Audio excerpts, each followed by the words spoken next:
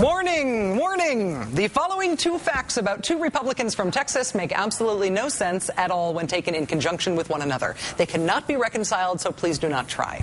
Fact number one about Senator John Cornyn and Congressman Pete Sessions is that they both have robust and illustrious anti-gay voting records. They both voted in favor of amending the Constitution to ban same-sex marriage.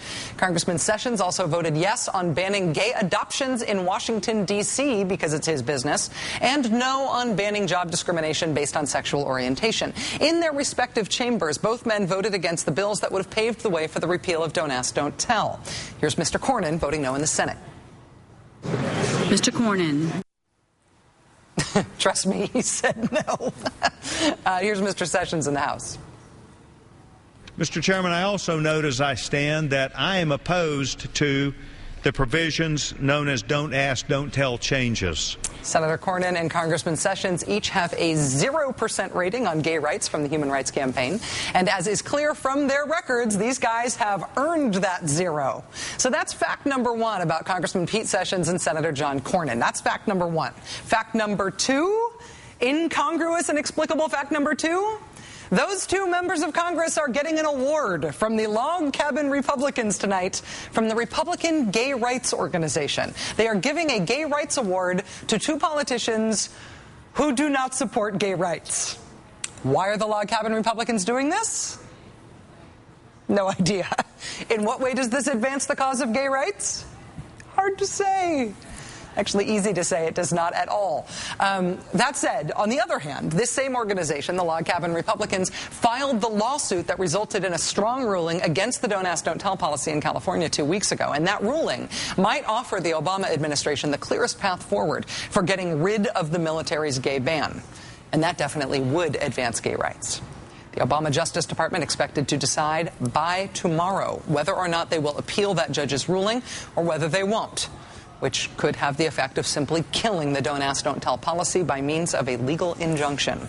Joining us now is Carrie Eleveld. She's Washington correspondent for The Advocate magazine, who has been all over this story. Carrie, nice to see you. Thanks for coming in. Great to be here. What is it exactly that the Obama Justice Department has to do tomorrow in terms of this case? What are their options? Well, I want to, first of all, preface this by saying I'm not a lawyer and I simply cover these cases. Yeah. But there's just a little bit of a difference in what you said. They don't actually have to appeal by tomorrow.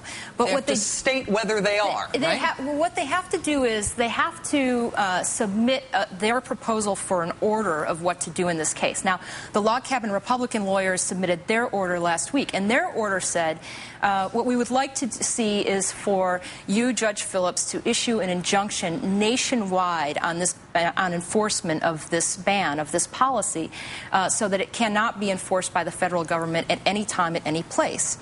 And what the government will do tomorrow is submit their proposed order in response to that. Okay. And what they'll likely do, I mean, a betting person might think, is decide that, or ask her to limit the injunction, number one, so that it would only be limited to the plaintiffs in the case and not everyone, and might only be limited to the certain locales where they're from and not everywhere.